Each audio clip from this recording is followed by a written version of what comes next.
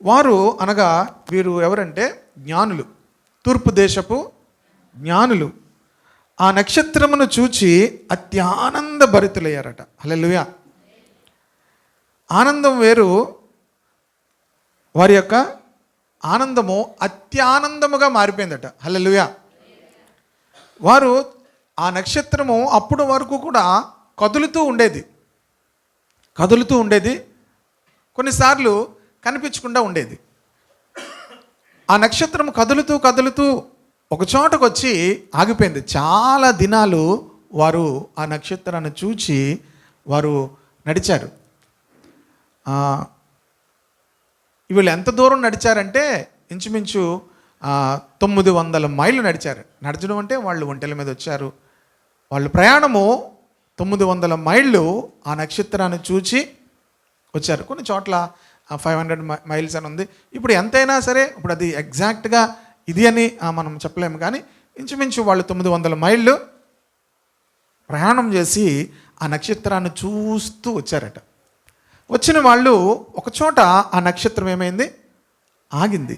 ఆగగానే వాళ్ళకి ఏమైందట, వాళ్ళకి అర్థమైంది ఏంటి, మేము చేరవలసిన ప్లేస్కి మేము వచ్చేసాము అని. ఆ నక్షత్రాన్ని చూచి వారు ఏమైపోయారట, అత్యానంద భరితులైపోయారట. హల్లెలూయా. ఈరోజు మరి క్రిస్మస్ ఆనందం మాత్రమే కాదు, అత్యానందం ఇచ్చేటువంటి విషయం. హల్లెలూయా. మానవుని జీవితంలో ఆనందం అనేది కొన్నిసార్లు కొన్ని సందర్భాలను బట్టి మనం అనుభవిస్తూ ఉండవచ్చు. ఈ సీజన్ కూడా చాలామందికి ఆనందం ఇచ్చేది, కానీ ఈసారి ఈ సీజన్ ఏమైందంటే దుప్పట్లు వేసుకొని బయటికి రాలేని పరిస్థితి అయిపోయింది. చాలామంది క్రిస్టియన్స్ కూడా చాలా ప్రోగ్రామ్స్ అరేంజ్ చేసుకున్నారు. ఫస్ట్ అరేంజ్ చేసుకున్న వాళ్ళు దాలింపేటలో 8వ తారీఖున అరేంజ్ చేసుకున్నారు, వాళ్ళు భాగ్యవంతులే. మిగతావన్నీ కూడా 20వ తారీఖున మేము వేరే ట్రైబల్ ఏరియా వెళ్ళాల్సి వచ్చింది. అక్కడ వాతావరణం ఎలా ఉంటుందో చాలా, అసలు నేను ఉదయం వరకు వెళ్ళాలనిపించలేదు, కానీ నువ్వు రాపోతే అవదని అంటే మొత్తం మీద వెళ్ళాం. ఎంత వర్షం, దారంతా కూడా. ప్రియులరా, చాలా చికాగ్గా ఉంది. 18వ తారీఖున పరిపాలన చేయాలి, అది పోస్ట్ పోన్ చేసేసాం. మళ్ళీ 22ని చేసాం. 23 చేసాం. ఆ రోజు కూడా సాయంత్రం 5 వరకు కూడా చెయ్యాలా వద్దా, ఇక్కడ చేయాలా వేరే దగ్గర చేయాలా, చాలా కన్ఫ్యూజన్, చాలా వెదర్ అంతా కూడా ఇబ్బందికరమైన పరిస్థితిలో ఉంది. సీజన్ను బట్టి మనం ఆనందించలేకపోయాం. ఈసారి సీజనల్ క్రిస్టియన్స్కి కొంచెం ఇబ్బందికరమైన వాతావరణం వచ్చింది. కానీ అత్యానందం అనేది ప్రియమైన దేవుని బిడ్డలారా, ఇట్స్ ఎ డిఫరెంట్. అది దేనిని కూడా ఏది కూడా అడ్డగించలేనిది. దేవునికి స్తోత్రం కలుగును గాక. వాతావరణం కానీ, ఆర్థిక పరిస్థితులు కానీ, లేకపోతే అనారోగ్య పరిస్థితులు కానీ, ఏది కూడా మనలను అడ్డగించలేనప్పుడు దాన్ని ఏమంటారు, అత్యానందం అంటారు. ఈ జ్ఞానులు ఏమనుభవించారంటే అత్యానందం అనుభవించారు. హల్లెలూయా. కనుక ఈరోజు ఈ క్రిస్మస్ దినాల్లో మనం అనుభవించవలసిన కేవలం ఆనందము కాదు, కానీ అత్యానందములోనికి వెళ్ళాలి. హల్లెలూయా. ఎప్పుడు అలాంటి అనుభవంలోనికి వెళ్తాము అంటే ప్రియమైన దేవుని బిడ్డలారా, కొన్ని విషయాలు ముందు చూపించి తర్వాత మళ్ళీ ఇక్కడికి వస్తాను. 2వ అధ్యాయం 1వ వచనము 2వ వచనము కూడా చదువుదాం. రాజైన హేరోదు దినముల యందు యూదయ దేశపు బెత్లెహేములో యేసు పుట్టిన పిమ్మట ఇదిగో తూర్పు దేశపు జ్ఞానులు యెరూషలేమునకు వచ్చి యూదుల రాజుగా పుట్టినవాడు ఎక్కడున్నాడు, తూర్పు దిక్కున ఆయన నక్షత్రమును చూచి ఆయనను పూజింపవచ్చితమని చెప్పిరి. చూడండి ప్రియులారా, దేవుడు తన యొక్క ప్రత్యక్షతను గురించి ప్రతి ఒక్కరికి కూడా బయలుపరిచాడు. హల్లెలూయా. మరి కొంతమంది మరి వేదాల గురించి మాట్లాడుతున్నప్పుడు, లేకపోతే ఇతర గ్రంథాల గురించి మాట్లాడుతున్నప్పుడు ఎందుకుంటారు, అక్కడ ఎందుకుంటారు అంటారు, కానీ దేవుడు తన ప్రత్యక్షత గురించి ప్రతి ఒక్కరికి కూడా బయలుపరిచాడు. హల్లెలూయా. ఇది సత్యం. దేవుడు తన ప్రత్యక్షత గురించి ఏం చేశాడు, భూమి మీద ఉన్నటువంటి జనములందరికీ కూడా ఏ మత విశ్వాసములో ఉన్నా వారికి దేవుడు ఏం చేశాడు, తన ప్రియకుమారుడైనటువంటి యేసుక్రీస్తును గురించినటువంటి ప్రత్యక్షతను గురించి తెలియజేశాడు. కొంతమంది దానిని గ్రహించగలిగారు. ఇలాగ గ్రహించిన వారే ఈ జ్ఞానులు. బబులోను దేశములో దానియేలు ఉన్నప్పుడు అక్కడ కూడా చాలామంది జ్ఞానులు ఉన్నారు, శాస్త్రము తెలిసిన వాళ్ళు కూడా చాలా విషయాలను మరి భూమి మీద జరిగేటువంటి వాటిని, ఆకాశంలో జరిగే వాటిని చూచి, ఆ సూచక్రియలను చూచి వారు కూడా జరగబోయే వాటిని చెప్పగలిగే వాళ్ళు ఉన్నారు. కనుక ప్రతి దాంట్లోనూ కూడా విశ్వాసంలో కూడా జ్ఞానులు అనేవారు ఉంటారు. కనుక ప్రియ దేవుని బిడ్డలారా, దేవుడు వారికి కూడా బయలుపరిచినటువంటి విషయాన్ని బట్టి ఆ నక్షత్రాన్ని చూచి యేసు ప్రభుని చూడాలని వారు కూడా ఏం చేశారు, అంత దూరం నుంచి వారు ఏం చేశారు, ప్రయాణం చేసి వచ్చారు. ఇంచుమించు 900 మైళ్ళు దూరం. మైల్స్ అంటే కిలోమీటర్లు కాదు. మైల్స్ అంటే ఒక మైల్ ఎంత ఉంటుంది ఎవరికైనా తెలుసా? 1.6 km అంటే దాన్ని ఎంత అవుద్ది అప్పుడు? ఇంచుమించు 200 దాటిపోద్ది అనమాట. ప్రియమైన 200 అంటే 200 ఏమోలేండి, లెక్క పెట్టుకోండి. అంత దూరము వాళ్ళు ఏం చేశారు, ప్రయాణం చేసి యేసు ప్రభుని రక్షకుడిని చూడాలని. వాళ్ళకి యేసు ప్రభు అని తెలియదు, ఏం తెలుసు, యూదుల రాజుగా పుట్టినవాడు ఎక్కడున్నాడు అని. ఎక్కడికి వచ్చారట వాళ్ళు? యెరూషలేమునకు వచ్చారు. హల్లెలూయా. ఎక్కడికి వచ్చారు? యెరూషలేమునకు వాళ్ళు వచ్చారని క్లియర్గా ఉంది. దేశపు జ్ఞానులు యెరూషలేమునకు వచ్చారు. అప్పుడు హేరోదు అక్కడ పరిపాలిస్తున్నాడు. ఎవరు పరిపాలిస్తున్నారు? హేరోదు పరిపాలిస్తున్నాడు. డైరెక్ట్గా అక్కడికి వచ్చి వాళ్ళు ఏమడుగుతున్నారు, యూదుల రాజుగా పుట్టినవాడు ఎక్కడున్నాడు, యూదుల రాజుగా పుట్టినవాడు ఎక్కడున్నాడు, తూర్పు దిక్కున మేము ఆయన నక్షత్రము చూచి ఆయనను. మరొక విషయం ఏంటంటే, రాజును ఎవరు కూడా ఏం చేయరు, పూజించరు. రాజును ఎవరు కూడా ఏం చేయరు, పూజించరు. రాజును ఏం చేస్తారు, గౌరవిస్తారు, గణపరుస్తారు, కానీ పూజించరు. పూజించడానికి అర్హుడు ఎవరు? ఆయన నామం పరిశుద్ధము, ఆయన నామం పూజింపదగినది. హల్లెలూయా. ఆయన నామం ఏంటి? పరిశుద్ధము, ఆయన నామము పూజింపదగినది. దేవుడు ఒక్కడే పరిశుద్ధుడు, ఆయన ఒక్కడే పూజింపదగిన వాడు. ఈ జ్ఞానులు దేని కొరకు వచ్చారంటే యేసుక్రీస్తును పూజించడానికి వచ్చారు. హల్లెలూయా. కనుక మనము దేవునిని పూజించడానికి, ప్రియ దేవుని బిడ్డలారా, మనము దేవునిని ఆరాధించడానికే ఈ దినాన్ని మనం వచ్చాం. దేవునిని ఆరాధించడం అనగా, మరలా చెప్తున్నాను, దేవునిని అనుకరించడం, దేవునికి మనల్ని మనం సంపూర్ణంగా మన జీవితాలను సమర్పించుకోవడం. హల్లెలూయా. కనుక వీళ్ళు అజ్ఞానులు దేవునిని ఆరాధించడానికి వాళ్ళు వచ్చారు, పూజించడానికి వాళ్ళు వచ్చారు. హేరోదు ఆ సంగతి విన్నప్పుడు అతడును అతనితో కూడా యెరూషలేం వారందరూ కలవరపడిరి. ఇప్పుడు హేరోదు కలవరపడ్డాడంటే దేని కొరకు కలవరపడ్డాడు?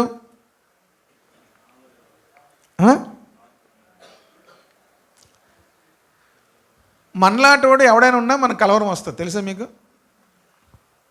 మనలాంటి వాళ్ళు, ఇప్పుడు మీలాంటి వాళ్ళు ఇంకొకరు ఎవరైనా ఉన్నారంటే మీకు ఏమవుతుంది, కలవరం వస్తుంది. ప్రియ దేవుని బిడ్డలారా, రాజుకి ఇంకొక రాజు ఉన్నాడు అనగానే ఏమైంది? ఎందుకు? ఒక అధికారికి ఇంకొక అధికారి ఉన్నాడంటే భయం పుడుతుంది. ప్రియ దేవుని బిడ్డలారా, ఎందుకంటే నా సింహాసనముకు, నా స్థానమునకు ఇబ్బంది కలుగుతుంది, నష్టము కలుగుతుంది అనే భయము తనకు కలిగి ఉండొచ్చు. కానీ ఇప్పుడు యెరూషలేం వారందరూ కూడా ఎందుకు కలవరపడ్డారు? యెరూషలేం వారందరూ అంటే యెరూషలేంలో ఎవరున్నారు? ఒక ఆయన చెప్తూ అన్నాడు, క్రిస్మస్ను మిస్ అయిన వారు 3 ఉన్నారంట. మూడు వ్యక్తులు, అంటే 3 గుంపులు. ఒకటి హేరోదు, క్రిస్మస్ ఏమయ్యాడు, మిస్ అయిపోయాడు. క్రిస్మస్ యొక్క ఆనందం తనకు లేదు. రెండవది యెరూషలేం వారందరికీ కూడా క్రిస్మస్ ఆనందం. యెరూషలేములో ఉన్న వాళ్ళు ఎవరు? యూదులు. వాళ్ళకి ఎందుకు కలవరం వచ్చింది? యేసు ప్రభుని చాలామంది ఇష్టపడకపోవడం గల కారణం ఏంటో తెలుసా? యేసు ప్రభుని చాలామంది ఇష్టపడకపోవడం గల కారణం, ఇక్కడ పుట్టలేదు, ఇంకా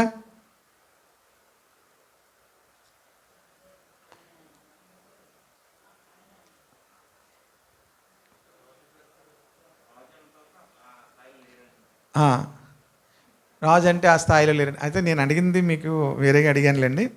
చాలామందికి యేసు ప్రభు అంటే ఎందుకు ఇష్టం ఉండదు అంటే, తర్వాత ఇప్పుడు నేను పుట్టినప్పుడు గురించి అనట్లేదు, ఇప్పుడు వరకు కూడా యేసు ప్రభు అంటే ఎందుకు ఇష్టం ఉండదు అంటే, కులస్తులు అనే మాట పెద్ద విషయం కాదు. అంటే యాక్చువల్గా స్టార్టింగ్ అసలు వేరే కులస్తులను దేనికి ఏంటంటే, భారతదేశంలో మన యొక్క దేశంలో అంటరాని వారుగా ఉన్నటువంటి వారిని ఈ సమాజం ఏం చేసిందో మూల పెట్టేసింది. కనుక మొదటగా ఎవరు యాక్సెప్ట్ చేశారంటే యేసుక్రీస్తుని, ఈ యొక్క అంటరాని వాళ్ళే యేసు ప్రభుని ఏం చేశారు, యాక్సెప్ట్ చేశారు. ఎందుకంటే వాళ్ళు తృణీకరింపబడిన వారుగా ఉన్నారు. తరువాత వారు చక్కగా దేవునిని తెలుసుకొని ప్రభుని ఆరాధించడం జరిగింది. తరువాత యేసు ప్రభు అంటే చాలామందికి ఎందుకు ఇష్టం లేకపోయిందంటే, ఒక వచనం చూపిస్తాను చూడండి. యోహాను సువార్త 3వ అధ్యాయము 19వ వచనం చదువుదాం. 3వ అధ్యాయము 19వ వచనం. ఆ తీర్పు ఇదే, వెలుగు లోకంలోనికి వచ్చెను గాని తమ క్రియలు చెడ్డమైనందున మనుష్యులు వెలుగును ప్రేమింపక ఏం చేశారట, వెలుగు లోకములోనికి వచ్చింది. దేవుడు నేను వెలుగై ఉన్నాను అని చెప్పాడు. యేసు ప్రభు వారు లోకమునకు ఏమై ఉన్నారు, వెలుగై ఉన్నారు. నేను లోకమునకు వెలుగై ఉన్నాను. ఆ వెలుగు లోకములకు వచ్చింది, కానీ మనుషులు వెలుగును ప్రేమించక ఏం ప్రేమించారట, ఎందుకు, వారి క్రియలు చెడ్డవైనందున. యేసు ప్రభుని దగ్గరకు మనుషులు రాకపోవడానికి గల కారణము, యేసు ప్రభుని మనుషులు రక్షకునిగా అంగీకరించకపోవడానికి గల కారణం ఏంటో తెలుసా? వెలుగు లోకములోనికి వచ్చింది, కానీ మనుషులు వారి క్రియలు చెడ్డమైనందున మనుషులు వెలుగును ప్రేమించక చీకటినే ప్రేమిస్తూ ఉన్నారట. ప్రియదేవుని బిడ్డలారా, చాలామంది యేసు ప్రభు దగ్గర రాలేకపోవడం కారణం ఏంటంటే, వెలుగును ప్రేమించక దేన్ని ప్రేమిస్తున్నారు, చీకటిని ప్రేమిస్తున్నారు. ఎందుకు చీకటిని ప్రేమిస్తున్నారంటే, వారి క్రియలు చెడ్డవైనందున. ప్రియ దేవుని బిడ్డలారా, ఈరోజు యేసు ప్రభు వారిని మనము ఆహ్వానిస్తుంటుండగా, మన జీవితాల్లో మనం ఆరాధిస్తుండగా గ్రహించవలసిన విషయం ఏంటంటే, మనల్ని ఆయన వెలుగుతో నింపుతాడు. హల్లెలూయా. గతంలో నేను యేసుక్రీస్తు లేకమునుపు ఉన్నటువంటి నా జీవితాన్ని చూసినప్పుడు ఇప్పటికీ కూడా కొంత బాధ కలుగుతుంది. ఆ జీవితాన్ని చూసి కొంత అసహ్యత కలుగుతుంది. ఎందుకో తెలుసా? నేను ఇప్పుడు ఎక్కడికి వచ్చాను, వెలుగులోనికి వచ్చాను. వెలుగులోనికి వచ్చిన తర్వాత నా చీకటి జీవితాన్ని జ్ఞాపకం చేసుకుంటే, యేసు ప్రభు లేకపోవడాన్ని బట్టి నా జీవితంలో ఉన్నటువంటి చీకటి కార్యములను ఒక్కసారి ఆలోచిస్తే చాలా బాధ కలుగుతుంది, అసహ్యము కలుగుతుంది. ప్రియ దేవుని బిడ్డలారా, దేవుడు నన్ను ఏం చేశాడు, వెలుగులోనికి తీసుకొచ్చాడు. ఒకవేళ ఈ ఉదయం క్రిస్మస్ మనము దినాన్ని దేవుని మందిరంలోకి వచ్చాము, ఒకవేళ చీకట్లో ఉంటే అత్యానందం మనం అనుభవించలేము. ఈరోజు మనము అత్యానందంలోనికి వెళ్ళాలి. హల్లెలూయా.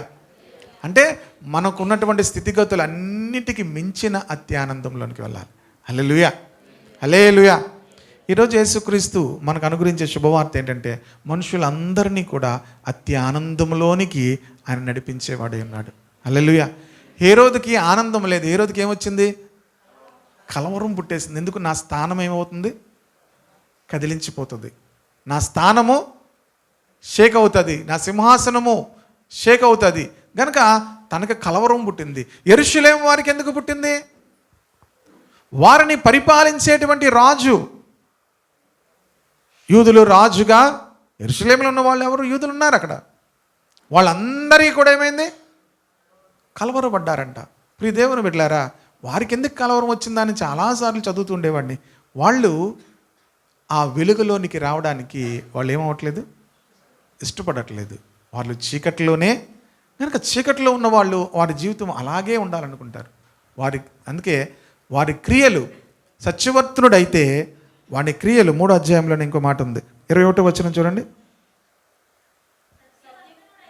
సత్యవర్తనుడైతే తన క్రియలు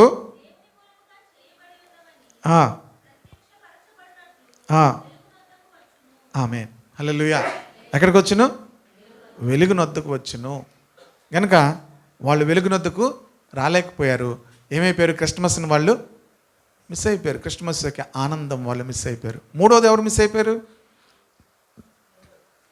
మొదటిది హేరోదు అని చెప్పాను, రెండోది యెరూషలేము వారందరూ, మూడోది ఎవరంటే ప్రధాన యాజకులను, ప్రజలలో నుండి శాస్త్రులను. ఎందుకంటే 4వ వచనం చూడండి. కాబట్టి రాజు ప్రధాన యాజకులను, ప్రజలలో నుండి శాస్త్రులను అందరినీ సమకూర్చి క్రీస్తు ఎక్కడ పుట్టునని వారిని అడిగాను. అందుకు వారు యూదయ బెత్లెహేములోనే ఏలయనగా యూదయ దేశపు బెత్లెహేమా, నువ్వు యూదా ప్రధానులలో ఎంత మాత్రమును అల్పమైన దానవు కావు. ఇశ్రాయేలును నా ప్రజలను పరిపాలించు అధిపతి నీలో నుండి వచ్చును అని ప్రవక్త ద్వారా. ఇప్పుడు వీళ్ళకి తెలుసా తెలీదా బెత్లెహేములో యేసుక్రీస్తు పుడతాడని? ప్రధాన యాజకులకును శాస్త్రులకును వెళ్ళారా? వెళ్ళలేదా? తెలుసు వాళ్ళకి. ఎంత తెలుసు అంటే వాక్యానుసారంగా రెఫరెన్స్తో సైతం తెలుసు. రెఫరెన్స్ సైతము వాళ్ళకి తెలుసు. కానీ వెళ్ళారా? వీళ్ళు ఎక్కడి నుంచి వచ్చారు?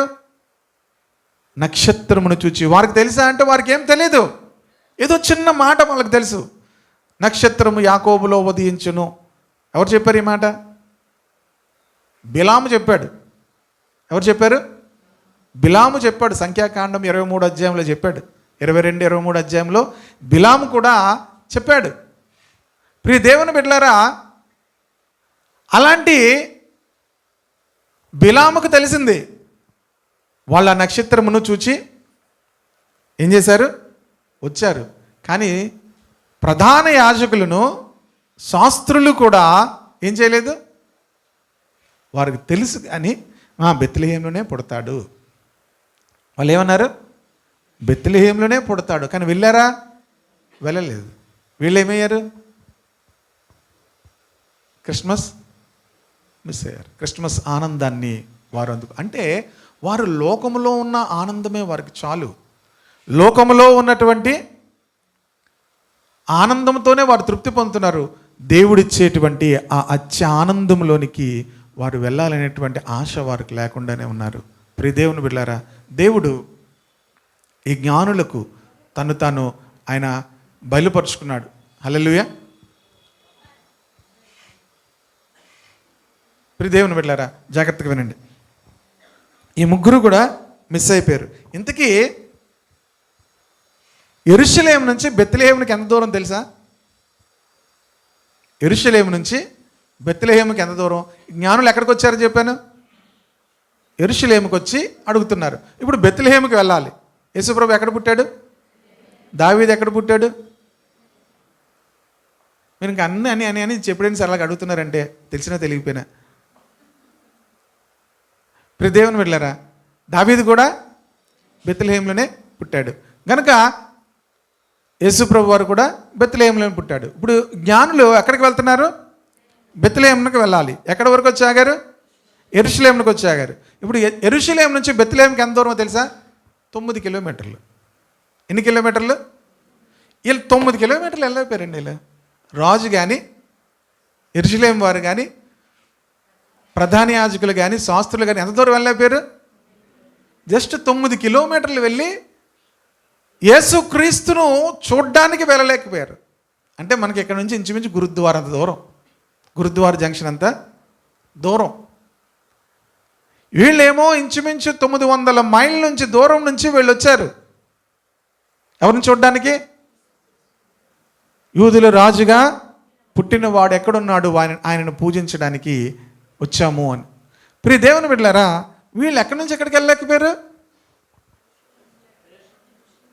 యెరూషలేము నుంచి బెత్లెహేమునకు వెళ్ళి రాజు అంటాడు, మీరు వెళ్ళి చూసి రండి. ఏమంటాడు చూడండి, 8వ వచనం. మీరు వెళ్ళి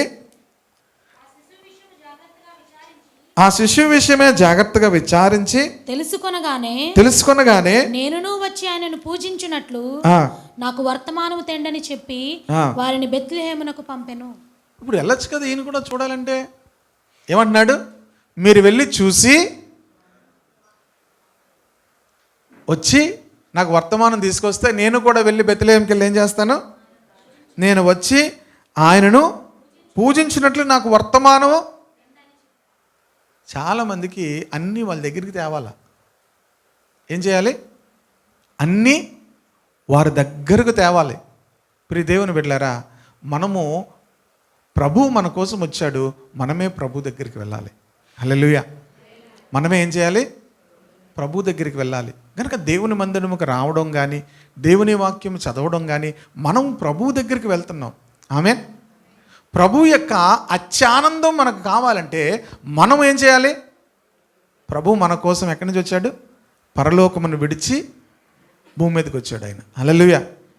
వచ్చినటువంటి ఆయన దగ్గరకు మనం ఎలా వెళ్తున్నాము? ఎలా వెళ్తున్నాము? ప్రియ దేవుని బిడ్డలారా,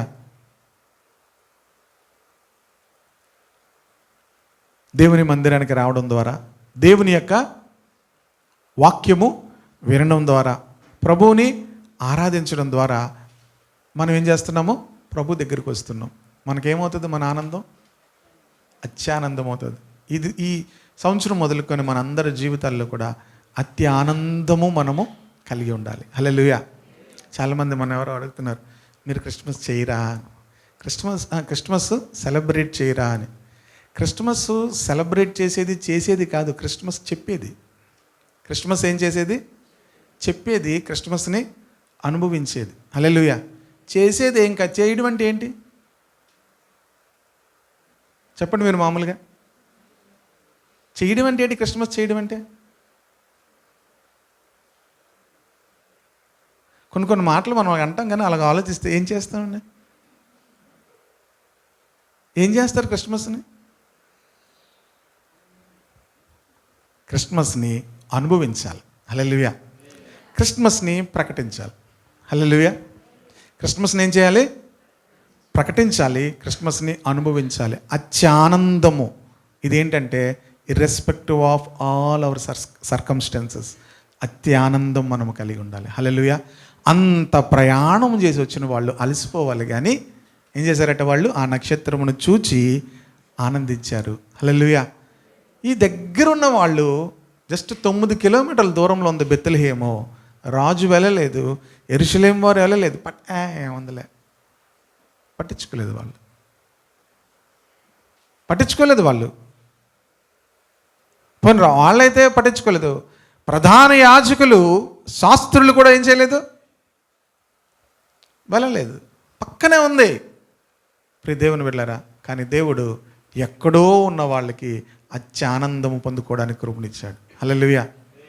ఈరోజు ఒకవేళ దగ్గరగానే ఉంటూ అత్యానందం అనుభవించకుండా ఉంటే మరొక అవకాశం దేవుడు ఇస్తున్నాడు. ఏంటో తెలుసా? ప్రభు దగ్గరకు మనం వెళ్ళాలి. అత్యానందము కలుగుతుంది. దేవునికి స్తోత్రము కలుగును గాక. హల్లెలూయా. చాలాసార్లు మన జీవితంలో ఆనందం అనుభవించలేనప్పుడు ఏం చేయాలి తెలుసా? ప్రభు సన్నిధికి వచ్చి, ప్రభు మందిరంలోనికి వచ్చి, ప్రభు వాక్యము చదువుతూ ఉంటుండగానే దేవుడు మన హృదయాలను అత్యానందముతో నింపుతాడు. హల్లెలూయా. అత్యానందముతో మన హృదయాలు నిండిపోయి ఉండాలి అంటే ప్రభు దగ్గరికి రావాలి. కనుక ఈ విషయంలోనికి వస్తాను. అందుకే బ్యాక్గ్రౌండ్ చెప్పి ఇక్కడికి వస్తానని చెప్పాను కదా. 10వ వచనం చదువుదాం. ఇప్పుడు వారు ఆ నక్షత్రమును చూచి అత్యానందభరితులై ఇంటిలోనికి వచ్చి తల్లి అయిన మరియను ఆ శిశువును చూచి సాగిలపడి ఆయనను పూజించి చూడండి, సాగిలపడి అనగానే ఎవరికి సాగిలపడ్డారు? తల్లి అయిన మరియను ఆ శిశువును చూచి సాగిలపడి అంటే ఎవరికి సాగిలపడ్డారు? ఆయనకు పూజించారు. హల్లెలూయా. ఎవరికి సాగిలపడ్డారు? మరియకు కాదు. ఎవరికి? ప్రభువుకి. వారు ఆ శిశువుకు ఆయనను ఏం చేశారట? ఎంత చక్కగా ఉంది. చిన్నపిల్లల్ని ఎవరైనా ఆయనను అనే మాటను ఎక్కడైనా వాడతారా? బైబిల్ వొకాబులరీ, బైబిల్ యొక్క అక్షరము చాలా అద్భుతంగా ఉంటుంది. హల్లెలూయా.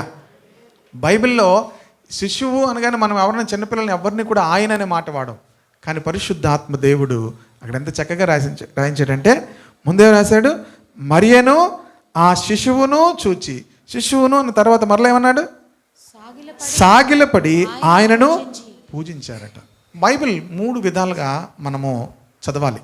ఒకటి, రాయబడినటువంటి లేఖనము అక్షరార్థముగా మనము చదవచ్చు, అక్షరార్థముగా జనరల్గా చదివేటువంటి మాట. 2, బైబిల్ చదువుతూ ఉంటుండగా అందులో ఉన్నటువంటి ఆత్మీయ అర్థం మనం తెలుసుకోవాలి.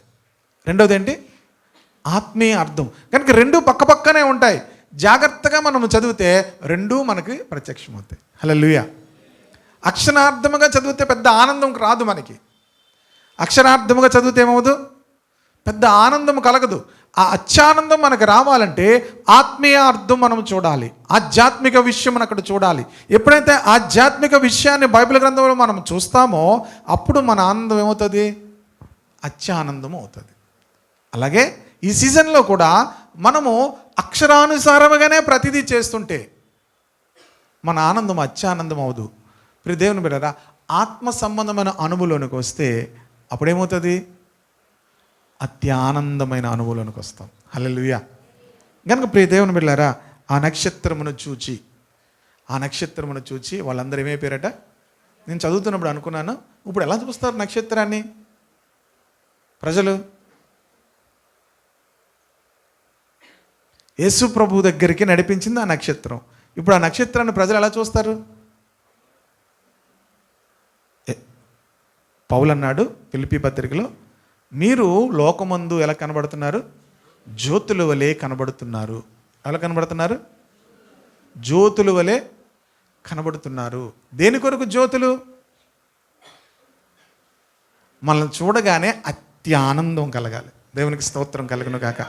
దేని కొరకంటే ప్రియ దేవుని బిడ్డలారా, అలసిపోయి అంత ప్రయాణం చేసిన వాళ్ళు ఆ నక్షత్రాన్ని అక్కడ చూడగానే వారికి అత్యానందం అయిపోయిందట. మనల్ని చూడగానే ప్రియ దేవుని బిడ్డలారా, అత్యానందము కలిగేటట్లుగా మనము కూడా జ్యోతుల వలె ఉండాలని ప్రభు ఆశపడుతున్నాడు. అందుకే ఆయన అన్నాడు, మీరు లోకమునకు వెలుగై ఉన్నారు. మనము లోకానికి ఏమై ఉన్నాము, వెలుగై ఉన్నాము. కనుక వారికి అత్యానందభరితులే ఆ శిశువును ఎదుటికి వచ్చి సాగిలపడి ఆయన ఏం చేశారట, పూజించారు. తమ పెట్టెలను విప్పి బంగారమును, సాంబ్రాణిని, బోళమును. కనుక బైబిల్ మొదటగా చెప్పాను, అక్షరానుసారంగా చదవచ్చు. 2, ఆత్మానుసారముగా అనే అనుభవంలోనికి వెళ్ళాలి. 3, ప్రవచనాత్మకమైన విషయం ఉంటుంది లేఖనాల్లో. ఏముంటుంది? జనరల్గా మనం చదువుతుంటే అలా చదువుతూ వెళ్ళిపోతూ ఉంటాము, పెద్దగా దానిలో ఆనందం ఏముండదు. 2వది, ఆత్మీయ అనుభవంలోనికి మనకు ఆత్మీయ అర్థము తెలిసినప్పుడు మనం చాలా అత్యానందమైన అనుభవంలోనికి వస్తాం. 3వది, బైబిల్లో ఏముందంటే ప్రవచనాత్మకమైన సందేశం ఉంటుంది. ఏంటుంటుంది? ప్రతి వాక్యము వెనకాల ప్రవచనాత్మకమైనటువంటి సందేశం ఉంటుంది. కనుక మనం చదువుతున్నప్పుడు ఆ వచనములో అక్షరానుసారంగా చూస్తే అతనేంటి, శిశువే, మరియా శిశువు. ఆత్మానుసారంగా చూస్తే ఆయన, దేవునికి స్తోత్రం. ఏమైంది అక్కడ? ఆ శిశువుని ఏమంటున్నాడు, ఆయన ఎదుట సాగిలపడి ఆయనను పూజించారు. అది ఆత్మానుసారమైన అనుభవం. శరీరానుసారంగా చూస్తే చిన్న పిల్లవాడే, చిన్న శిశువు, ప్రియ దేవుని బిడ్డలారా. కానీ ఆత్మానుసారంగా చూస్తే ఏమైంది, ఆయనను పూజించి ఆయన దేవునిగా వారు చూడగలిగారు. ప్రవచనాత్మకమైన విషయం ఏంటంటే ఇక్కడ వాళ్ళు ఏం తీసుకొచ్చారు, 3 వస్తువులు తీసుకొచ్చారు. ఏంటి? బంగారము, సాంబ్రాణి. చూడండి ఎంత ప్రవచనాత్మకంగా వాళ్ళు ఎలా తీసుకొచ్చారు ఈ 3 విషయాలను. ఈ 3 ఎలా తీసుకొచ్చారు వాళ్ళు? బంగారం తీసుకొచ్చారంటే రాజుకి ఏం చేస్తారు, సొలొమోను దగ్గరికి ఏం తీసుకొచ్చేవారు? అందరూ కూడా బంగారం తీసుకొచ్చేవారు. చాలామంది వారి దేశంలో ఉన్నటువంటి శ్రేష్టమైన బంగారం తీసుకొచ్చేవారు. అందులో రాణి అయినటువంటి షాబా దేశపు రాణి ఆ బంగారము తీసుకొని, చాలా శ్రేష్టమైనటువంటి బంగారం తీసుకొని సొలొమోను దగ్గరికి వచ్చింది. రాజుల దగ్గరికి వెళ్ళేటప్పుడు వారి దేశంలో ఉన్నటువంటి ప్రశస్తమైన బంగారం తీసుకొని వచ్చేవాళ్ళు. ప్రియ దేవుని బిడ్డలారా, ఆయన రాజు గనుక ఆయన ఎవరిని చూడడానికి వచ్చారంటున్నాడు, యూదుల రాజుగా పుట్టినవాడు ఎక్కడున్నాడు గనుక రాజును చూడడానికి వచ్చారు. గనుక వారు ఏం తీసుకొచ్చారు, ఆయన నిజంగా రాజే, దేవునికి స్తోత్రం కలుగును గాక. కానీ ఇప్పుడు మనకు అర్థం కాదు కదా, ఆయన రాజు అయితే ఎక్కడ రాజు ఏంటి? అందుకే చెప్తున్నా, ప్రవచనాలన్నీ కూడా అప్పుడే అన్నీ యేసుప్రభు పుట్టినప్పుడే అన్నీ నెరవేరలేదు. మీకు ఇంకా ఇది బాగా అర్థం అవ్వాలంటే లూకాసు వార్త 1వ అధ్యాయము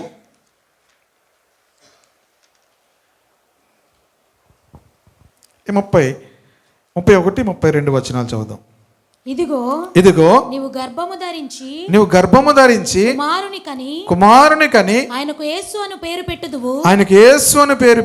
ఆయన గొప్పవాడై సర్వోన్నతిని కుమారుడు అనబడును. ప్రభువైన దేవుడు ఆయన తండ్రి అయిన దావీదు సింహాసనమును ఆయనకిచ్చును. ఆయన యాకోబు వంశస్థులను యుగములు ఏలును. ఆయన రాజ్యము అంతము లేనిదై ఉండదని ఆమెతో చెప్పాను. మరి ఇది జరిగిందా?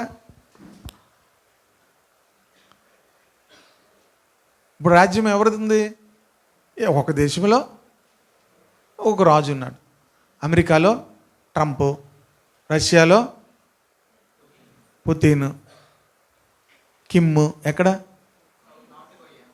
చైనాలో యాంగ్ హోమ్ హా అంతే, మనకు తెలియదు ఆ పేరు. ఒక్కొక్క దేశంలో, మన దేశంలో మోడీ, వేరే దేశంలో ఒక్కొక్కరు. ప్రియ దేవుని బిడ్డలారా, మరి ఆయన రాజ్యం అంతం లేదు. మరి ఎక్కడుంది? ఆయన పుట్టాడు, ఆయన వచ్చాడు తిరిగి, మరి ఆయన రాజ్యం ఎక్కడుంది?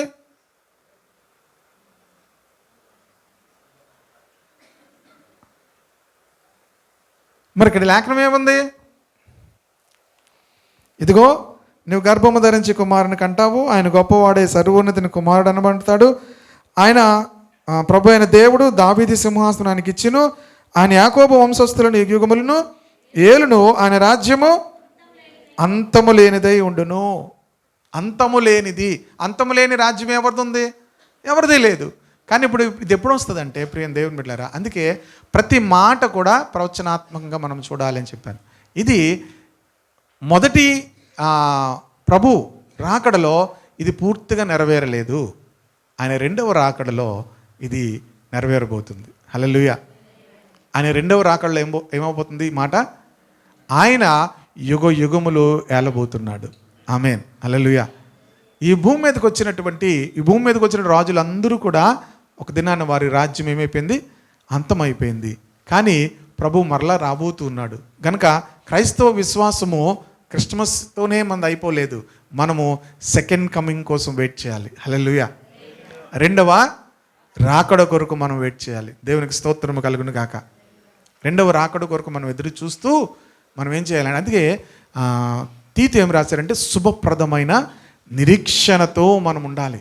దేవునికి స్తోత్రము కలుగును గాక. చూడండి, తీతు గ్రంథము 2వ అధ్యాయము 11వ వచనం అనుకుంటాను.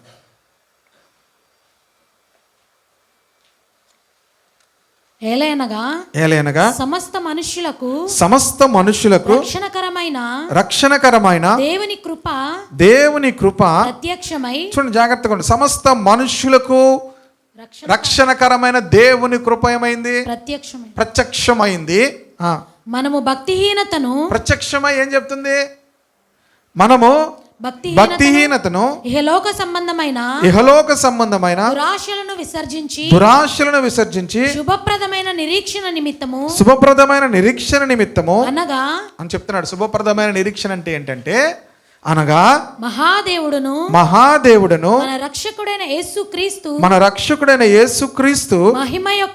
మహిమ యొక్క ప్రత్యక్షత కొరకు ఎదురు చూచుచు ఈ లోకములో స్వస్థ బుద్ధితోను నీతితోను భక్తితోను బ్రతుకుచుండవలెనని మనకు బోధించుచున్నది. మనకు బోధిస్తుంది. ఈ క్రిస్మస్ ఏం బోధిస్తుంది? కృప ప్రత్యక్షమై మనకు ఒక బోధ చేస్తుందట. ఏం బోధ చేస్తుంది? సెలబ్రేట్. ఏంటి క్రిస్మస్ ఏం బోధిస్తుంది మనకి? సెలబ్రేట్ అని బోధిస్తుందా? ఏం బోధిస్తుంది? Christmas has a message. ఏంటి ఆ మెసేజ్? చెప్తుంది, మనము భక్తిహీనతను, ఇహలోక సంబంధమైన దురాశలను విసర్జించి శుభప్రదమైన నిరీక్షణ నిమిత్తము అంటే అంటున్నాడు. ఆ శుభప్రదమైన నిరీక్షణతో బ్రతకాలి అంటే ఏం చేయాలంటే, మహాదేవుడును మన రక్షకుడైన యేసుక్రీస్తు మహిమ యొక్క ప్రత్యక్షత కొరకు ఎదురు చూస్తూ యుగ యుగములను ఏలేటువంటి ఆ ప్రభు కొరకు ఎదురు చూడాలి. ఆయన వచ్చాడు, వచ్చి ఒక మెసేజ్ ఇచ్చాడు మనకి. ఇహలోక సంబంధమైన దురాశలను ఏం చేయాలి? విసర్జించాలి. భక్తిహీనతను విడిచిపెట్టాలి. విడిచిపెట్టి మనం ఏం చేయాలి? ఈ లోకంలో స్వస్థ బుద్ధితో, నీతితో, భక్తితో బ్రతుకుచుండవలనని మనకు బోధించుచున్నది. ఇలా బ్రతికినప్పుడు మహాదేవుడును మన రక్షకుడైనటువంటి యేసుక్రీస్తు మహిమతో మరలా ప్రత్యక్షం కాబోతున్నాడు. హల్లెలూయా. ఆయన ప్రత్యక్షమైనప్పుడు యుగ యుగములను కూడా ఆయన మనల్ని ఏలుతాడు. హల్లెలూయా. ఇవన్నీ కూడా త్వరితంగా జరిగిపోతాయి. ఇన్ని సంవత్సరాలు జరిగినట్టుగా జరగవు, అప్పుడు త్వరితంగా జరిగిపోద్ది. యేసు ప్రభు రాకడా, అలాగే ఆయన మరలా తిరిగి భూమి మీదకి రావడము, ఆయన 1000 ఏండ్లు భూమి మీద పరిపాలించడం, అవన్నీ కూడా త్వరితంగా ఏమవుతాయి? జరిగిపోద్ది. ఈ మధ్యలో ఎందుకు ఎంత గ్యాప్ ఉందంటే, ప్రియ దేవుని బిడ్డలారా, ఆయన ప్రత్యక్షత, మొదటి ప్రత్యక్షతే ఇంకా చాలామందికి తెలియలేదు. రెండవ ప్రత్యక్షత కూడా వచ్చేస్తుంది. ప్రియ దేవుని బిడ్డలారా, ఆ రెండవ ప్రత్యక్షత ఎవరి కొరకు వస్తుందంటే, మొదటి ప్రత్యక్షత మిస్ అయిపోయిన వాళ్ళు ఎంతమంది ఉన్నారు? హేరోదు రాజు మిస్ అయిపోయాడు, యూదులందరూ మిస్ అయిపోయారు. ఆయన తన స్వకీయుల యొద్దకు వచ్చాను, ఆయనను వారు అంగీకరించలేదు. వచ్చాడని చెప్పిన వెళ్ళలేదండి వీళ్ళు. నేను రాత్రి చదువుతుంటే చాలా బాధ అనిపించింది. ఎంత దూరం వెళ్ళాలి? 9 కిలోమీటర్లు వెళ్ళాలి. వీళ్ళేమో 900 మైళ్ళు దాటి వచ్చారు. వీళ్ళు 9 కిలోమీటర్లు బెత్లెహేము వెళ్ళడానికి ఏంటి వీళ్ళకి? కలవరపడిపోతున్నారట. వీళ్ళందరికీ తెలుసు, వాళ్ళకి ఎక్కడో ఒక చోట చిన్న మాట తెలుసు అంతే. బయట ఉన్న వాళ్ళందరికీ వీళ్ళు మొదటి నుంచి కూడా దేవుని ప్రజలు, లేఖనాలన్నీ కూడా మెస్సయ్య వస్తాడనేటువంటి విషయం వాళ్ళకి తెలుసు. కానీ 9 కిలోమీటర్లు వెళ్ళి చూడడానికి ఏంటి అనుకుంటాను? బద్ధకం. ఏంటి? బద్ధకం. ఉన్న చోట్ల నుంచి ఏమవరు? కదలరు. మా దగ్గరికి వచ్చేస్తే బాగుంది అనుకుంటారు. అది కూడా ప్రియ దేవుని బిడ్డలారా, జాగ్రత్తగా వినండి. విన్నారా? అందరూ విశ్వాస చేస్తున్నారా? రెండవ ప్రత్యక్షత అంత సాధారణంగా సామాన్యంగా ఉండదు. రెండవ ప్రత్యక్షత, ఒకవేళ రెండవ ప్రత్యక్షత మిస్ అయిపోయారంటే, ఏ రోజు మిస్ అయిపోయాడు ఛాన్స్. మొన్న దేవుని సేవకులు బిసాయి గారు మంచి మాట చెప్పాడు. అసలు ఆ మాట నేను ఎక్కడ వినలేదు. అలాగా హీరోదుకు 3 ఛాన్సులు ఇచ్చారు దేవుడు. హీరోదు రక్షణ పొందడానికి 3 ఛాన్సులు ఇచ్చారు. కానీ ఏమయ్యాడు? మిస్ అయిపోయాడు. జ్ఞానులు వచ్చి చెప్పారు, ప్రియ దేవుని బిడ్డలారా. తర్వాత బైబిల్ గ్రంథము చదివి తెలుసుకున్నాడు, చెప్పాడు కదా, యూదుల రాజుగా పుట్టబోతున్నవాడు ఉన్నాడు. మూడవది నక్షత్రం రావడమా, ఒక సూచన ఆకాశంలో నుంచి వచ్చి, అయినా సరే ఏమవ్వలేదు, మిస్ అయిపోయాడు. యూదులు ఏం చేశారు? తృణీకరించారు. ఎందుకంటే వాళ్ళకి ఆ జీవితం ఏమైంది? మన జీవితం మనకి అలవాటు అయిపోతుంది. ఆ లైఫ్ స్టైల్ మనం ఏం చేస్తాం? మన లైఫ్ స్టైల్ మనకు అది అలవాటు అయిపోద్ది. ఆ లైఫ్ స్టైల్ మార్చుకోవడానికి ఇష్టపడకపోతే మొదటిసారి వాళ్ళు మిస్ అయిపోయారు. కానీ ఇంకా కృప ఉంది, కృప ప్రత్యక్షమైంది కనుక రెండోసారి మిస్ అయితే కృప ఉండదు. రెండోసారి మిస్ అయితే ఏముండదు? కృప ఉండదు. ఇక దేవుని ఉగ్రత భూమి మీదకి వస్తుంది. యేసుక్రీస్తు ప్రత్యక్షమే. సమస్త మనుష్యులకు రక్షణకరమైన కృప ప్రత్యక్షమైంది. ఇంకా కృప అలా ప్రత్యక్షమై కృప ఉంది కనుకనే మనం ఏం చేస్తున్నా ఏం అవ్వట్లేదు అనుకుంటాం. అరే నేను ఇలాగ అవిధేయుడిగా జీవిస్తున్నా ఏమవ్వట్లేదు, నేను పాపంలో జీవిస్తున్నా ఏమవ్వట్లేదు, పాపంలో జీవిస్తున్న మనుషులందరూ బాగానే ఉంటున్నారు, ఏమవ్వట్లేదంటే కృప ఏమవుతుంది? ఇంకా భూమి మీద ఉంది. ఒక్కసారి ఆయన రెండవసారి ప్రత్యక్షమైతే కృప ఏమవుతుంది? ఆగిపోతుంది. దేవుని ఉగ్రత భూమి మీదకి వస్తుంది. ప్రియ దేవుని బిడ్డలారా, కనుకనే మనమందరమును కూడా భక్తిహీనతను ఏం చేయాలట? విసర్జించి సమస్తమైన భక్తిహీనతను, ఇహలోక సంబంధమైన దురాశలను ఏం చేయాలి? విసర్జించాలి. మనుషులందరూ దేంతో ఉన్నారు? భూమి మీద ఉన్న వాళ్ళందరూ కూడా దేంతో ఉన్నారు? ఇహలోక సంబంధమైన దురాశలతో ఉన్నారు. మీకు తెలుసా మొదటి పాపం ఏంటి? మొదటి పాపం ఏంటి? మీరు చాలామంది అనుకుంటారు పాపం ఏమనుకుంటారు. మొదట ఏంటి? దురాశ. దురాశ గర్భమును ధరించి పాపము కంటది. దురాశ ఏమవుతుంది? గర్భము ధరించి పాపమును ఏం చేస్తుంది? కంటది. పాపము పరిపక్వం ఏమంటది? మరణం. పాపం పరిపక్వం ఏమవుతుంది? మరణం వస్తుంది. కనుక ప్రియ దేవుని బిడ్డలారా, మొదట ఏమొచ్చిందంటే దురాశ. అందుకే ఇక్కడ ఏం చేయమన్నాడు? మనము ఇహలోక సంబంధమైన దురాశలను ఏం చేయాలి? విసర్జించాలి. విసర్జించి శుభప్రదమైన నిరీక్షణతో మహాదేవుడును మన రక్షకుడైన యేసుక్రీస్తు యొక్క మహిమ యొక్క ప్రత్యక్షత కొరకు ఎదురు చూస్తూ స్వస్థ బుద్ధితో ఈ లోకంలో నీతితో భక్తితో బ్రతుకుచుండవలనని మనకు బోధించుచున్నది. The message of Christmas. Yesu ప్రభు వారే ఆ మెసేజ్ మనందరికి కూడా ఇస్తున్నాడు. ఆయన ఏంటి? మనందరికీ కూడా రెండవ ప్రత్యక్షత కొరకు ఎదురు చూస్తూ బ్రతకాలట. హల్లెలూయా. మనం అత్యానందములోనికి వెళ్ళాలంటే రెండవ ప్రత్యక్షతను ఎదురు చూస్తూ వెళ్ళాలి. మొదటి ప్రత్యక్షతకే మనం ఇంకా ఏంటి మొదటి ప్రత్యక్షతలోనేకే రావట్లేదు. మొదటి ప్రత్యక్షతలోనే సరైన అర్థం లేకుండా ఉంటే రెండవ ప్రత్యక్షతలోనికి వెళ్ళగలుగుతాము. రెండవసారి ఆయన ప్రత్యక్షము కాబోయే ప్రత్యక్షత కొరకు మనం ఏం చేస్తుండాలంట? ఎదురు చూస్తూ ఈ లోకములో స్వస్థ బుద్ధితో నీతితో భక్తితో బ్రతుకుచూ ఉండాలి. స్వస్థ బుద్ధి ఉందా? నీతి ఉందా? మూడవది భక్తి ఉందా? భక్తి మినిమం. మన దేవుడు ఇవన్నీ కూడా చర్చ్కి వెళ్ళి ఇవన్నీ ఏంటనుకున్నారు? భక్తి. అది మనం భక్తిలో మనం ఏం చేయాలి? అవన్నీ కూడా అలవాటు చేసుకోవాలి. ప్రియ దేవుని బిడ్డలారా, ఇంట్లోకే వస్తుంది కదా. భక్తిని మనం ఏం చేయాలి? ప్రాక్టీస్ చేయాలి. ఆమె హల్లెలూయా. తిమోతికి పౌలు రాస్తే ఏమంటాడంటే భక్తిని ఏం చేయమంటాడు? ప్రాక్టీస్ చేయాలి, ఎక్సర్సైజ్ చేయాలి. భక్తిని ఏం చేయాలి? ప్రతి ఒక్కరూ కూడా భక్తిని ప్రాక్టీస్ చేయాలి. హల్లెలూయా. అనుదిన జీవితంలో ప్రతి ఆదివారం భక్తిని మనం ప్రాక్టీస్ చేయాలి. ఎందుకు? ఆ భక్తి ఇప్పటి జీవం విషయంలోనూ రాబో జీవం విషయంలోనూ ప్రయోజనకరమైనది. ఆమేన్. మన క్రైస్తవ జీవితం ఇప్పటి జీవితం కాదు. మనం చేసేది ఏది కూడా ఇప్పటి కొరకు చేయము. దేని కొరకు చేస్తాం? రాబో జీవితం. అందుకే ఆయన యాకోబు వంశస్థులను యుగ యుగములను ఏలుతాడు. ఆ జీవితంలోనికి మనం వెళ్ళబోతున్నాం. దాని కొరకు మనం ఏం చేస్తున్నాం? ఇప్పుడు క్రిస్మస్ సెలబ్రేషన్స్ కోసం లేదా క్రిస్మస్ కోసం డిసెంబర్ నుంచి ఏం చేస్తారు? 25 కొరకు. కాసేపట్లో 25 అయిపోయి ఏమొస్తుంది? 26 వస్తుంది. ఇప్పుడు దేవుని బిడ్డలారా, మరలా ఏమవుతుంది? 2025 రాబోయే దినాల్లో ఎలాగుంటే మనకు తెలియదు. కాలం మారిపోతుంది, పరిస్థితులు మారిపోతున్నాయి, వాతావరణం మారిపోతుంది, రాజ్యాలు మారిపోతున్నాయి, అధికారాలు మారిపోతున్నాయి. అన్ని పరిస్థితులు కూడా ప్రపంచంలో రానున్న దినాల్లో పరిస్థితులు అన్నీ కూడా మారిపోతాయి. కానీ ఒక దినం రాబోతుంది, ఆయన యాకోబు వంశస్థులను అనగా దేవుని బిడలైన వారిని యుగ యుగములు పరిపాలించే దినం రాబోతుంది. హల్లెలూయా.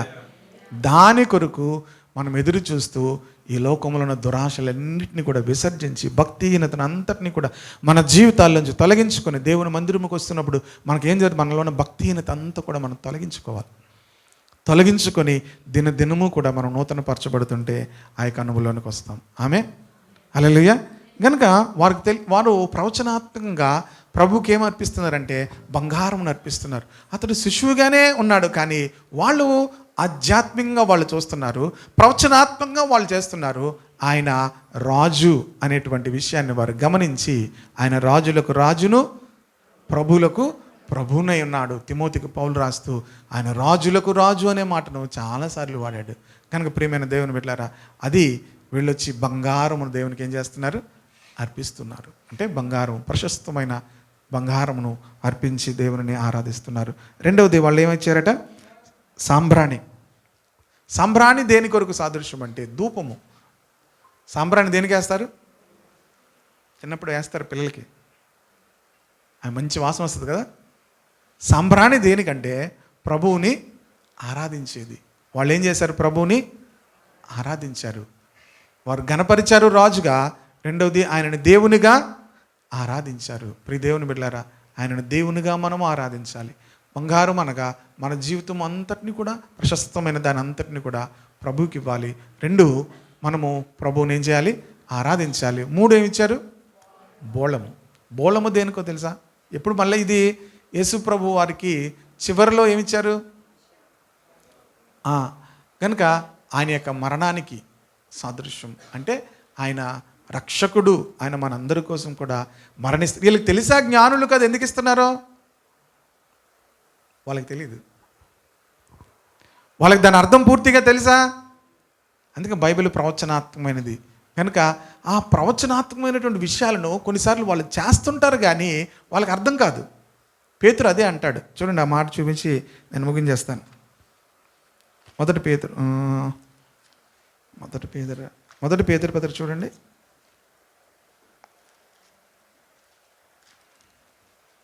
మొదటి పేతురు పత్రిక 1వ అధ్యాయము 10-11 వచనాలు చూద్దాం. మీకు కలుగు ఆ కృపను గూర్చి ప్రవచించిన ప్రవక్తలు ఈ రక్షణను గూర్చి పరిశీలించుచు తమ యందున్న క్రీస్తు ఆత్మ క్రీస్తు విషయమైన శ్రమలను గూర్చి వాటి తరువాత కలగబోవు మహిమలను గూర్చి ముందుగా సాక్ష్యం ఇచ్చినప్పుడు ఆ ఆత్మ ఏ కాలమును ఎట్టి కాలమును సూచించు వచ్చెనో దానిని విచారించి పరిశోధించిరి. తర్వాత అంటున్నాడు చూడండి, పరలోకము నుండి పంపబడిన పరిశుద్ధాత్మ వలన మీకు సువార్త ప్రకటించిన వారి ద్వారా మీకిప్పుడు తెలుపబడిన ఈ సంగతుల విషయమై తమ కొరకు కాదు గాని మీ కొరకే తాము పరిచర్య చేసిరని సంగతి వారికి బయలుపరచబడెను. చూడండి, అప్పుడు జరిగినవన్నీ విషయాలను కూడా వాళ్ళు ఏమనుకుంటున్నారట? వాళ్ళకి ఏమీ కూడా అర్థం కాలేదు. కానీ వాళ్ళు ఏం చేస్తున్నారు? ప్రవక్తలు కానీ ఈ జ్ఞానులు కానీ వాళ్ళు చేస్తున్న విషయాలు పూర్తిగా అర్థం కాకపోయినా ప్రవచనాత్మకంగా చేశారు. దేని కొరకు చేశారు? అది మన కొరకు చేస్తున్నారు. ఎందుకంటే తమ కొరకు కాదు కానీ మీ కొరకే. చదివారా మాట? చూసారు, అది 12వ వచనం మధ్యలో ఉంది. తమ కొరకు, ఇది మాట చెప్దామా? తమ కొరకు కాదు కానీ మీ కొరకే తాము పరిచర్య చేస్తున్న సంగతి వారికి బయలుపరచబడెను. ఇవన్నీ దేని కొరకు చేశారనుకుంటున్నారు వాళ్ళు? బంగారం ఇవ్వడం. దీని అర్థాలన్నీ కూడా ఎవరి కొరకు అనుకుంటున్నారు? వారి కొరకు కాదు, మన కొరకు. వారు చేసినవన్నీ కూడా మన కొరకు చేశారు. వాళ్ళు మనం అర్థం చేసుకొని మన కొరకు వాళ్ళు అంత దూరం ప్రయాణం చేసి వచ్చి వాళ్ళు ఏం నేర్పిస్తున్నారంటే, మా కొరకు కాదు మీ కొరకు మేము వీటన్నిటిని కూడా చేస్తున్నాము. దేవదూతలు ఈ కార్యమును తొంగి చూడగోరుచున్నారు. దేవదూతలు కూడా ఈ కార్యాన్ని ఏం చేస్తున్నారట? తొంగి చూస్తూ ఉన్నారట. హల్లెలూయా. మన కొరకు అంటే మనకు యుగాంతమందున్నటువంటి మనకు ఇవన్నీ విషయాలు కూడా అర్థము చేసుకొని ప్రభు రాకడ కొరకు మనమందరము సిద్ధపడి ఉండాలి. హల్లెలూయా, హల్లెలూయా. కనుక ప్రియ దేవుని వెళ్ళారా, జ్ఞానులు అత్యానంద భరితులయ్యారు. వారికి ఆ శిశువుని చూసి ఆరాధించారు. మనము ఇంత సత్యాన్ని ఎరిగి మనము ప్రభువుని ఆరాధించుట్లో, ప్రభువుకి మన జీవితాలు సమర్పించుకున్నట్లో, భక్తిహీనతను ప్రియ దేవుని బిడ్డలారా సమస్తమైనటువంటి దురాశలను విసర్జించట్లో మనం అందరమును కూడా దేని కొరకు ఇవన్నీ చేయగలమంటే 2వ ప్రత్యక్షతలో నేను ఉండాలి. హల్లెలూయా. మొదటి ప్రత్యక్షతను మిస్ అయిపోయిన వాళ్ళు ఇప్పటికీ కూడా అలాగే ఉన్నారు. 2వ ప్రత్యక్షతను మనం మిస్ అయిపోతే ఇక నిరీక్షణ లేదు. ప్రియ దేవుని బిడ్డలారా, 2వ ప్రత్యక్షత కొరకు మనం ఎదురు చూస్తూ ఈ లోకంలో నీతితో, భక్తితో, ఇంకా స్వస్థ బుద్ధితో బ్రతుకుతూ ఉండాలి. ప్రభు మేఘాలలో వెళ్ళాడు, మరలా రాబోతూ ఉన్నాడు. హల్లెలూయా. మేఘాలలోన వెళ్ళినావు, త్వరలోనే భూమికి తరలుచున్నావు. మేఘాలలోన వెళ్ళినావు, త్వరలోనే భూమికి తరలుచున్నావు. పశుశాలలో నీవు పవలించినావా, పరమాత్ముడవు నీవు, పసిబాలుడవు కావు, పసిబాలుడవు కావు. పశుశాలలో నీవు పవలించినావా, పరమాత్ముడవు నీవు, పసిబాలుడవు కావు,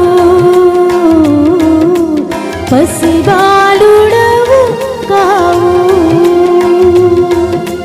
చిరుప్రాయమందే శాస్త్రులు సరితూగలేది బోధకులు, చిరుప్రాయమందే శాస్త్రులు సరితూగలేది బోధకులు, స్థలమైన లేదే జన్మకు, స్థలమైన లేదే జన్మకు, తల వంచె సర్వా లోకము, తల వంచె సర్వా లోకము. పశుశాలలో నీవు పవలించినావు, పరమాత్ముడవు నీవు,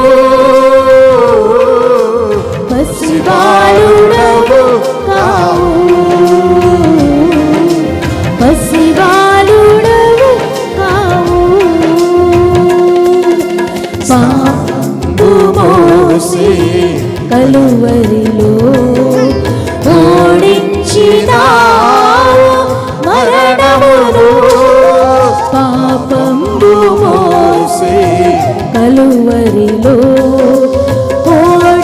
ఓడించినావు మరణమును, మేఘాలలోన వెళ్ళినావు, మేఘాలలోన వెళ్ళినావు, త్వరలోనే భూమికి తరలుచున్నాము, త్వరలోనే భూమికి తరలుచున్నాము.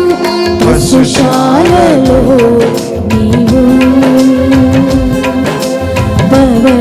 పవలించినావు, పరమాత్ముడవు నీవు, పసిబాలుడవు కావు, పసిబాలుడవు కావు.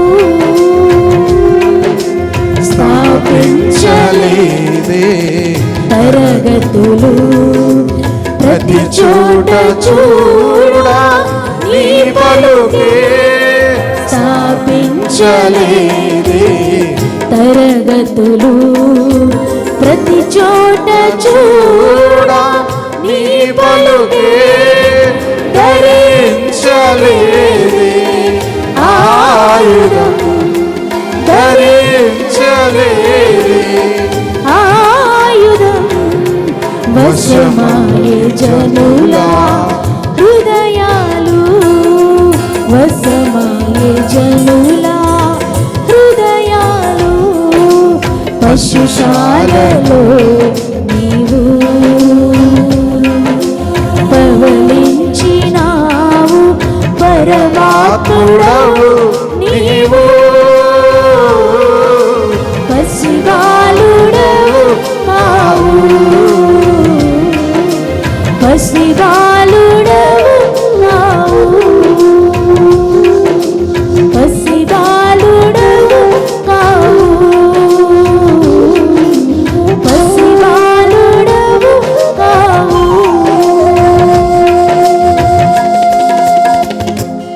ఆయన తండ్రి అయిన దేవుడు ఆయనకి దావీదు సింహాసనం ఇస్తాడు.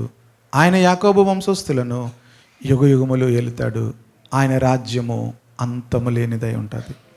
ఆ రాజ్యంలో ఉండాలని ఆలోచన, భయము మనము కలిగి కలుముసుకుందాము. ఆ ప్రత్యక్షత కొరకు మనం ఎదురు చూస్తూ ఈ లోకంలో భక్తిహీనతను విసర్జించాలి. ఇహలోక సంబంధమైన దురాశలను విసర్జించాలి. క్రిస్మస్ యొక్క ఆనందముతోనే ఆగిపోతే క్రైస్తవ జీవితము క్రిస్మస్తో ఆనందముతో ఆగిపోలేదు. రాబోయే జీవితం ఉంది. మహాదేవుడు, రక్షకుడైన దేవుని ప్రత్యక్షత రాబోతుంది. దేవుడు ఈ సమయాన్ని కృపగా దేవుడు మనకు అనుగ్రహించాడు. యేసుక్రీస్తు మనుషులందరికీ రక్షణకరమైన తన కృపను ప్రత్యక్షం చేశాడు. ఆ కృపను మనం నిర్లక్ష్యము చేస్తే, భక్తిహీనతను విసర్జించకుండా, ఇహలోక సంబంధమైన దురాశలు విసర్జించకుండా, నీతితో, భక్తితో, స్వస్థ బుద్ధితో ఈ లోకంలో బ్రతకకపోతే మహాదేవుడు ప్రత్యక్షం కాబోతున్నాడు. మేఘాలలో పైకి వెళ్ళినటువంటి ప్రభువైన యేసు ఆయన ప్రత్యక్షము కాబోయే దినము చాలా సమీపంగా ఉంది. కృప కలిగి ఉన్నటువంటి మనము నిర్లక్ష్యము చేస్తే, దేవుని బిడ్డలారా, అత్యానందమును మనం కోల్పోతాము. శాశ్వతమైన రాజ్యమును మనం కోల్పోతాము. ఆయన రాజ్యము అంతము లేనిది. ఆయన రాజులకు రాజు అయినాడు, ప్రభువులకు ప్రభు అయినాడు. ఆయన సర్వాధిపతి అయినాడు. మన దేవుడు త్వరలో ఆయన ప్రత్యక్షం కాబోతున్నాడు. ఒకవేళ ఈ క్రిస్మస్ కూడా దాటిపోతే, హేరోదును దాటిపోయింది క్రిస్మస్, యూదులను దాటిపోయింది క్రిస్మస్, ప్రధాన యాజకులు శాస్త్రులను దాటిపోయింది క్రిస్మస్.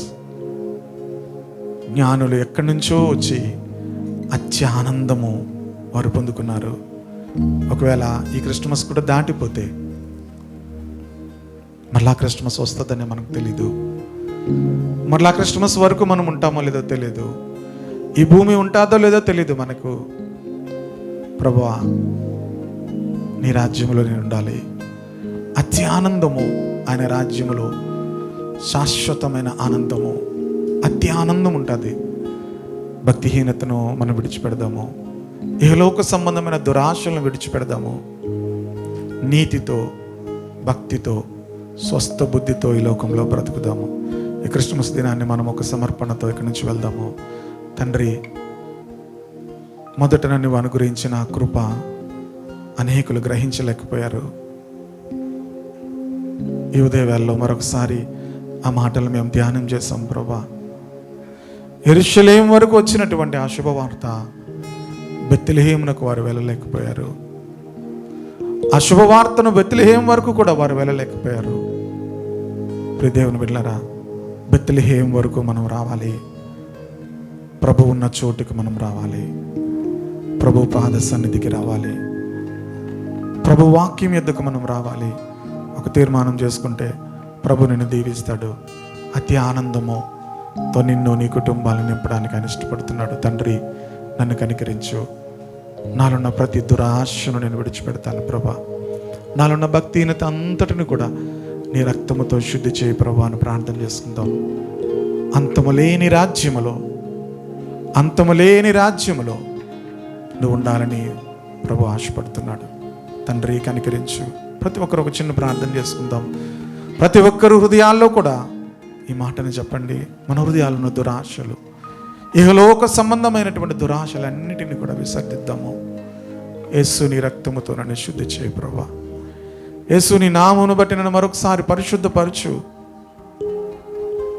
శాశ్వతమైన రాజ్యములో, శాశ్వతమైనటువంటి ఆనందములో నేను ఉండాలి ప్రభా. మహాదేవుడు ప్రత్యక్షతలో నీ ఉండాలి. నన్ను కనికరించు ప్రభా, నన్ను కనికరించు దేవా. నా జీవితంలో ఎన్నో క్రిస్మస్లు చూశాను ప్రభా. ఇది మరొక క్రిస్మస్తో ఆగిపోయి మరలా ఇంకో క్రిస్మస్ కోసం వెళ్ళడం కాదు. నేను దేవుని ప్రత్యక్షత కొరకు ఎదురు చూచే అనుభవం నేను ఉంటాను ప్రభా అని ప్రార్థన చేసుకుందాం. తండ్రి, ఈ మాటలు అందరి జీవితాల్లో ఫలించాలని ప్రార్థిస్తున్నాను దేవా. క్రిస్మస్ ఇచ్చిన ఆనందము కంటే అతి ఆనందము దేవా నిన్ను చూచినప్పుడు, దేవా నిన్ను కలుసుకున్నప్పుడు, నీ రాజ్యంలో ఉన్నప్పుడు మాకు కలుగుతుంది గనక ఇక్కడున్న వారిలో ఏ ఒక్కరూ కూడా తండ్రి ఆ శాశ్వతమైన దేశంలో, ఆ శాశ్వతమైన రాజ్యంలోనికి నాయన తండ్రి ఆయన రాలేని పరిస్థితులు ఉండిపోకుండా ప్రతి భక్తిహీనతను, ఇహలోక సంబంధమైన దురాశలను ఈ సమయంలో విడిచిపెట్టి ప్రభా స్వస్థ బుద్ధితో, నీతితో, భక్తితో బ్రతికిచుండే కృప అందరికీ దయచేయ ప్రభా. నాయన నీ స్వకీయుల యొద్దకు నువ్వు వచ్చినప్పటికీ వారు నిన్ను అంగీకరించలేదు. వారి క్రియలు చెడ్డవైనందున వారు వెలుగునొద్దకు రాక చీకటిని ప్రేమించారట ప్రభా. అలాంటి పరిస్థితులు ఏ ఒక్కరూ ఉండకూడదు. నేను అందరి జీవితాల్లో కూడా నేను గొప్ప ఆత్మకార్యము జరిగి ప్రభా అతి ఆనందంలో ప్రతి ఒక్కరూ పాలిభాగస్తులయ్యే కృప దయచేయమని, నేను ఈ క్రిస్మస్ ప్రతి ఇంటిలో కూడా గొప్ప వెలుగు కలిగించాలని దేవా తండ్రి, ఈ సందేశము ప్రతి హృదయాల్లో గొప్ప వెలుగు కలిగించాలని ప్రభా. ప్రతి చీకటి తొలగిపోయి వెలుగుమయముగా కుటుంబాలు మారాలి. ఈ లోకానికి మేమే ఆ ఆనందాన్ని తెలియచేసే నక్షత్రాలుగా మీరు మార్చమని ప్రార్థిస్తున్నాం తండ్రి. ఈ మాటలందరిలో ఫలింప చేయమని ప్రార్థిస్తూ, చిన్న బిడ్డలు మొదలుకొని పెద్దవారు వరకు నీ చేతులకు అప్పగిస్తూ యేసుక్రీస్తు నామములో ప్రార్థించి మనవులు అడిగి వేడుకుంటున్నాం తండ్రి.